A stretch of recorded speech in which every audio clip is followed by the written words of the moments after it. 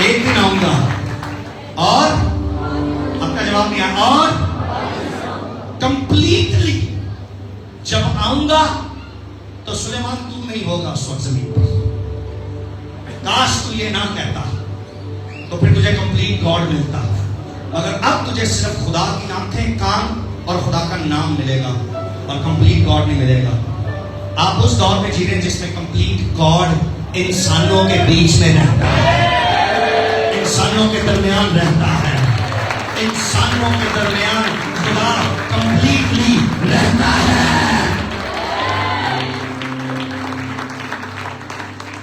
आमीन। और उस खुदा का नाम यीशु है। उस खुदा का नाम, आवाज आ रही है, उस खुदा का नाम, और यीशु कंप्लीट गॉड है। सिर्फ यीशु आंखें नहीं है, यीशु सिर्फ कान नहीं, यीशु सिर्फ नाम नहीं, यीशु कंप्लीट गॉड है। और कंप्लीट गॉड, सुनिए, सुलेमान कहता है आसमान में समा नहीं सकता, छोटे से घर में कैसे समाएगा? ये घर फिर भी बड़ा है जो कम से कम 450-500 लोगों को लेकर बैठता है। खुदा, तू कहता आसमान में नहीं, तू कहता घर में नहीं, खुदा एक छोटे से बदन में समा गया। खुदा एक छोटे से, खुदा एक छोटे से, खुदा मेरे और आपके अंदर है। यशायाह ने कहा उसका नाम इम्मैनुएल रखेंगे, जिसका तर्जुमा है खुदा हमारे साथ, खुदा हमारे। और उस खुदा ने कहा कि मैं जाता हूं और रूहुल कुद्स कंप्लीट गॉड भेजता हूं। वो कंप्लीट गॉड ना सिर्फ तुम्हारे साथ बल्कि तुम्हारे अंदर होगा। वो आसमानों में नहीं समा सकता, वो हैकल में नहीं समा सकता, एक दिन वो कंप्लीट गॉड तुम्हारे अंदर समा जाएगा। और ये सब कुछ यीशु की वजह से है।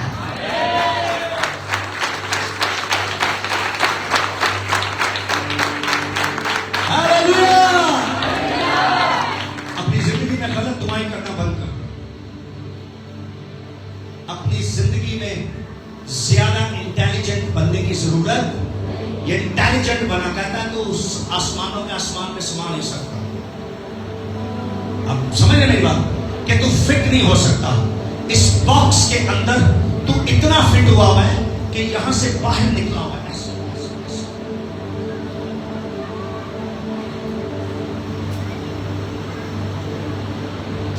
वो खुदा को ये कह रहे कि तू उसमें फिट नहीं आया, तू फिट हो नहीं पा रहा, तू आसमानों के आसमान में समा नहीं सकता।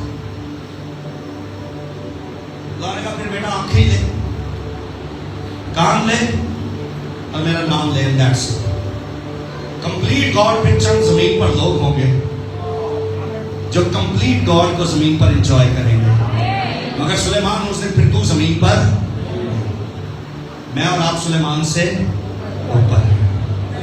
सुलेमान के पास सिर्फ आंखें थी, सुलेमान के पास सिर्फ खुदा के, सुलेमान के पास सिर्फ खुदा का, मेरे और आपके पास कंप्लीट गॉड है। आओ इसी के लिए खुदा के हुजूर शुक्रगुजारी करें, अपने हाथों को बुलंद करें और सारे मिलकर थोड़ी देर में दुआ